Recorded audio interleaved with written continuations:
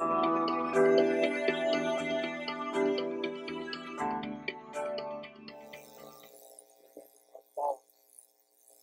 that have given their life for our freedom.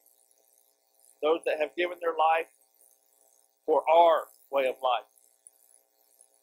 Not including the United States military only, but as Christians, as Jesus Christ gave his life for us, as previous Christians through the centuries have given their life so we can be Christians, so we can sit here in this church that I hope we do not take for granted as we worship God on this day. Now, my story begins as just a young child. Like many, I come from a troubled background. As a 3-year-old, my stepbrother started molesting me till I was 7. And then my father, somehow something happened and kicked my stepbrother and my stepsister out of the home. They went to live with their father. Then my father started physically beating me as my childhood progressed. Severely beating me. Sticking a dinner fork into my neck. Putting a .410 shotgun in my face over a bowl of cereal. All this time, I attended church. I was on the church basketball team, Emmanuel Lutheran, when I was a child. I attended Sunday school.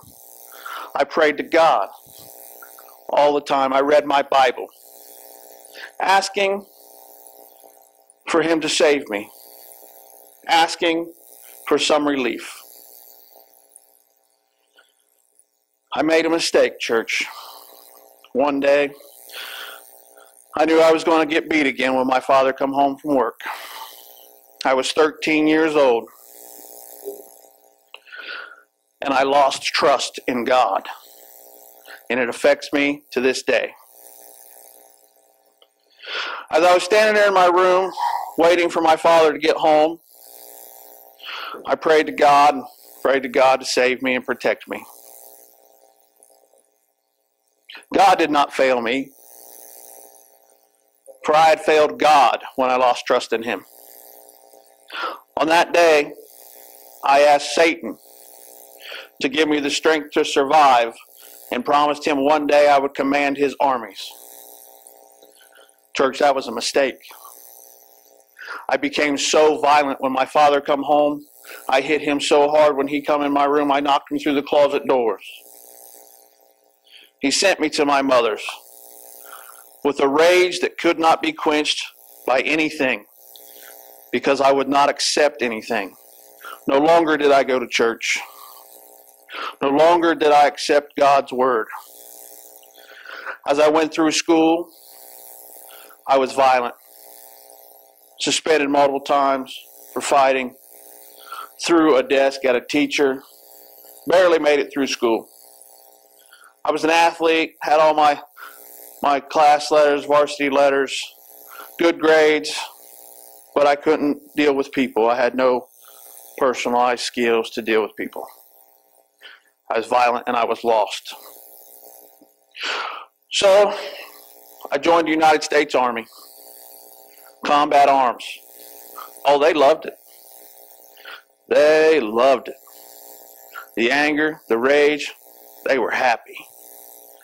They enjoyed it. And during my career, they put me in some of the toughest places in the missions that we had to offer, because they knew I could get the job done.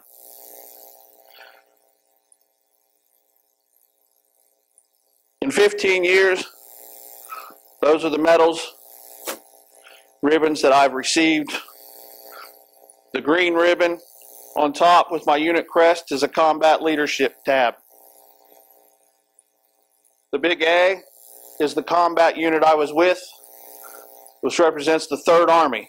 Those of you that know history, the 3rd Army is also known as Patton's Army in World War II. Those ribbons and the devices attached to them represent 32 individual medals for different acts that I've done in the United States Army. Yes, for they loved me being violent.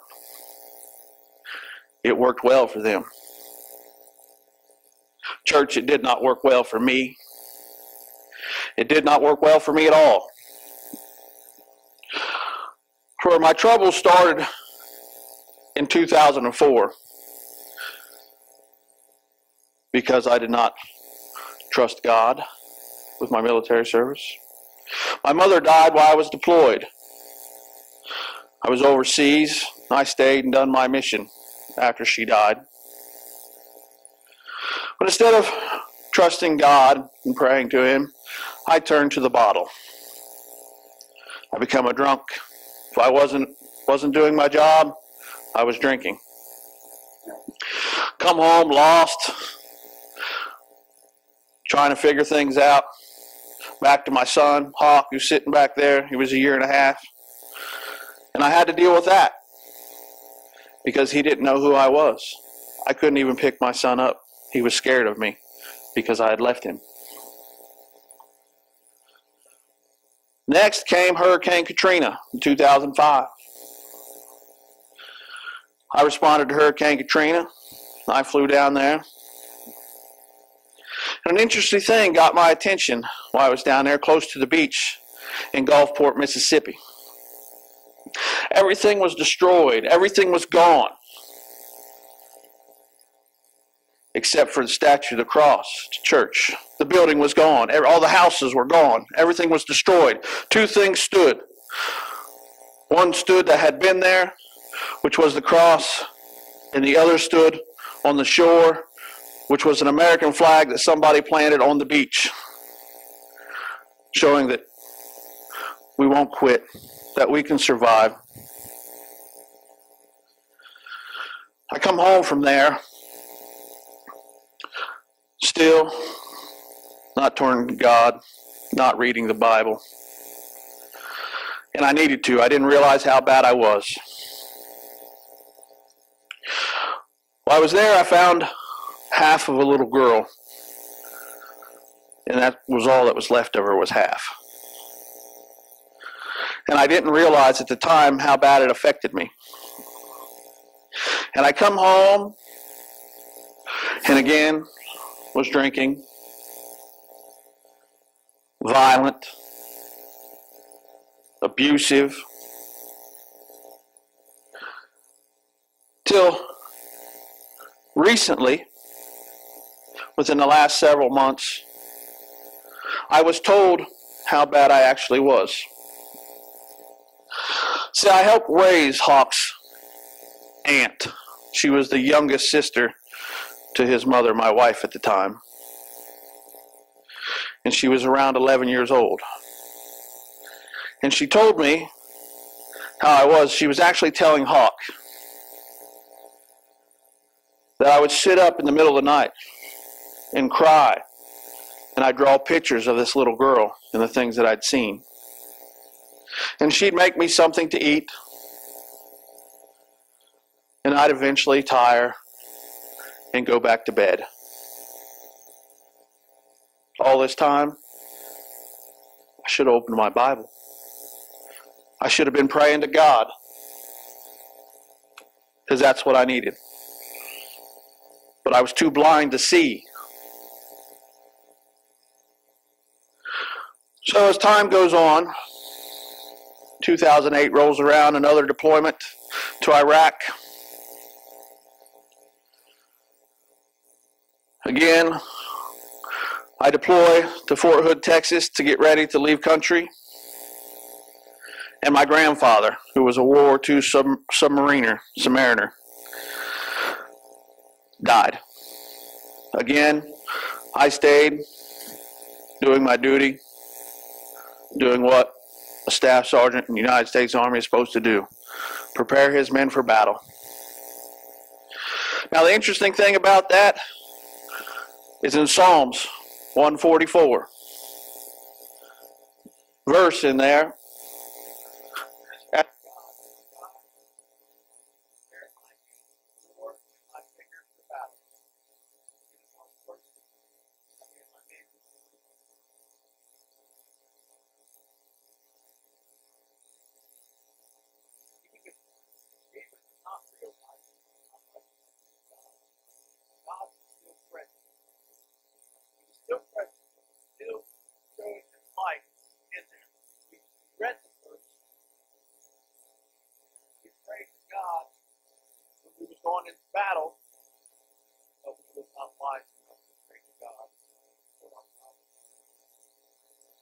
not wise enough to trust in Him to control our hearts and our minds for the things that we've had to do. I got done with 2008, and I come home. Again, not realizing how bad I was. Not at all. And I started drinking again, of course. And I was at a party in June in 2009, and I'd set up all night long drinking. And I drank over a case easy. And I don't know how much whiskey. And I never got drunk. And the sun rose on that Sunday morning, and I'm still sitting out there, and I think to myself, what am I doing? What am I doing? Since I come home from the war, I've already shot at one civilian.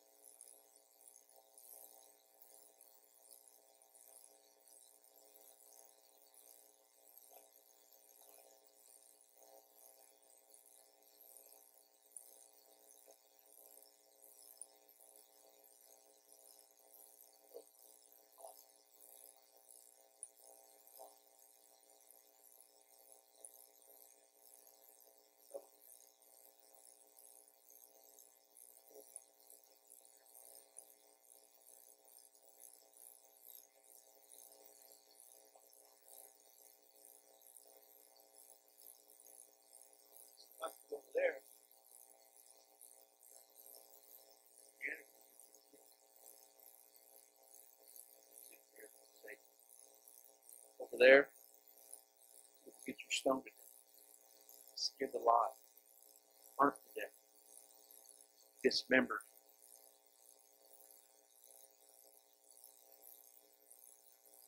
Those are Christians that have died in the service of what we believe. They died for our Christianity also, and to bring Christianity to others around the world. So, God was still working in me, even though I tried to get a tank. And I come home, and I was told about this church, and I came up here with Slow Ride, which is interesting in the fact of itself, because some of those remember, like Chris, that I've talked before up here. And at one point I belonged to a biker organization that Slow Ride was a bike minister, and he was causing issues, political issues. I was an enforcer, and they told me to go kill him. Now he got wind of this, and him and his family went to South Carolina. But as God started working with me, I ended up riding with Slow Ride, going around giving our testimony, to some real big, bad bike clubs. And we was able to walk in the darkness using our darkness that we have been through to bring light. I got baptized in this church, and everything was getting better. So I thought. I was reading my Bible. I was studying it. I was studying multiple Bibles, multiple versions. I was still struggling with PTSD. And from 2010 to 2011, I was getting treatment, coming to church, praying to God. I thought, now we're getting somewhere. Till when was it, Chris? Christmas of 2011, 2012. Life come crashing down on me. The devil was playing on me real hard. PTSD was getting to me. I was with Elvin and Lisa with their small group, study group, and I didn't know what to do. The devil was telling me, just go pick up that bottle again, go to that bar. You've had enough. Life is pushing you around. You don't have to put up with it. I couldn't do it. I ran to the only place I knew I could get help. Nobody was at the church. I ran to Elvin and Lisa's house. Lisa was there. She said, let's go to my dad's. Let's go to Chris's. So we went to Chris's house, which was a blessing, wasn't it, Chris? That you had a person in that took care of soldiers with PTSD, was visiting his home from Fort Hood, Texas. And we sat there and we talked. And we discussed the things that were bothering me, my PTSD, and my church family held me down. Give me the support I needed through God to stay on the path. Give me the strength. Well, while I was going through this process, I did not realize I was a drug addict. The VA had me on 23 pills a day, including morphine, Oxycontin, Klonopins. If anybody knows anything about medication, that's some serious stuff. Serious stuff. And I wasn't paying attention. I was in bad shape. I was down to using a walker by this point most of the time. And Satan became knocking again. This time I didn't make it. plans. I was getting ready to start theology college at Liberty University.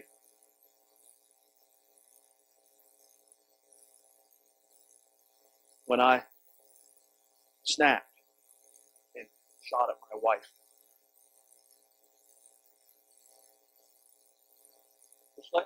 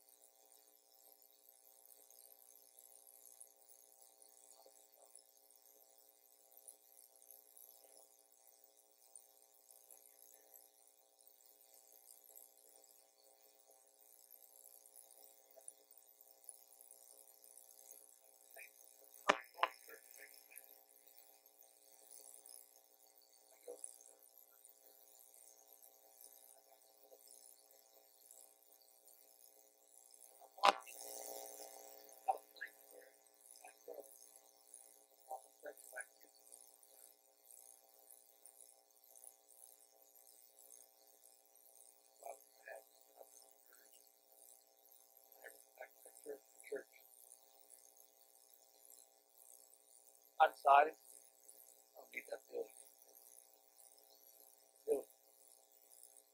God is in us. We are the body of Christ. So I continued my studies in church. And I started getting mental health treatment. Which, if anybody knows anything about prison, everybody has to have a job. My job was a mental health patient. And for 4.5 years they treated me. 4 days a week, morning and afternoon for the first 3 years. Best treatment I ever received. In the U.S. military, the VA, and prison. Prison was what I needed. Without it, I wouldn't have been here today.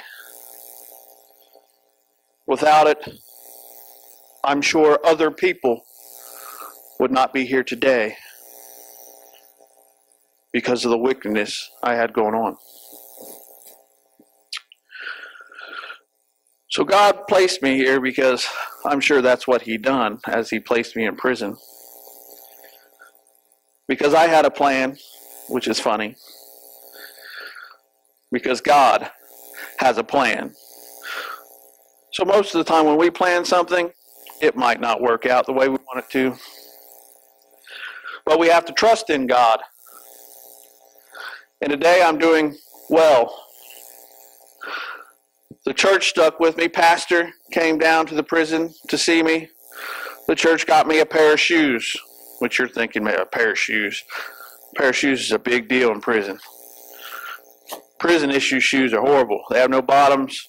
You can see through them, just a piece of cloth inside on the feet. They're bad. They suck. I'm telling you, you might as well walk on bricks. Yeah. And cold, they don't care about that. You're walking to chow, you're walking to the infirmary, it's raining, it's cold. They don't care. They give you enough just to get by. But always believing in God. I lost my home. It sold in auction, got bulldozed. It was a family home. I bought it from my grandmother after my grandfather died. I lost all my possessions pretty much in a divorce. And didn't have a whole lot to start with coming out, I thought. But I kept praying. I kept praying, and this church kept sticking by me, and God was with me. I come out to stay at my grandmother's from the halfway house just on the weekends at first, staying at the halfway house. And we was discussing, we didn't know where I was going to go. And the man that I consider a stepdad, he was with my mom from the time I was about 1.5 to 10 or 11, said, "Grandpa Anderson's house is empty up here. Nobody's lived in it since 2004. You clean it up and take care of it, you can live there." So I went up, was excited. I got a house. I got a bedroom for my son. A bedroom of my own.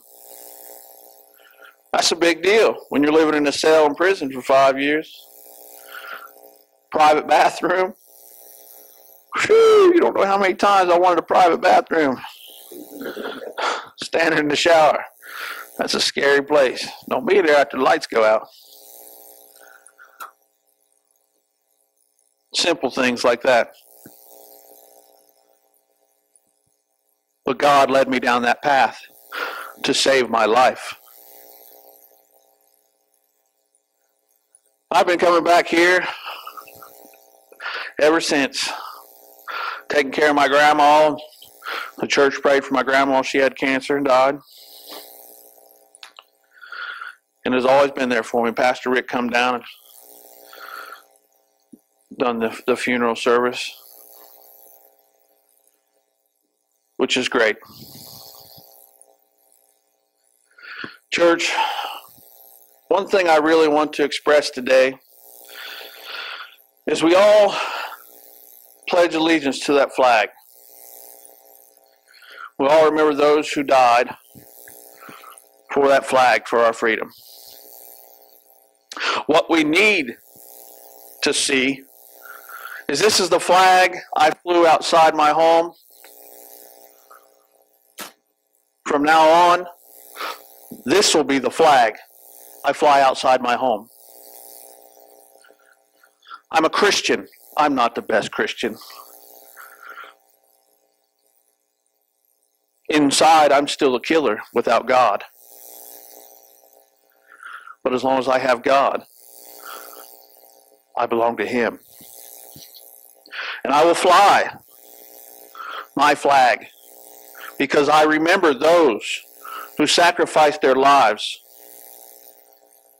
for the freedom I have to pray to God, to believe in Jesus Christ. Because no matter the things you go through in life, God is always there, whether you want Him to be, whether you don't want Him to be. He's there. I want you to remember that as you go out and face whatever challenges you face, whatever trials that you might face, to pray to God, because He'll show you the way, whether it's the way you want to go or not. Thank you.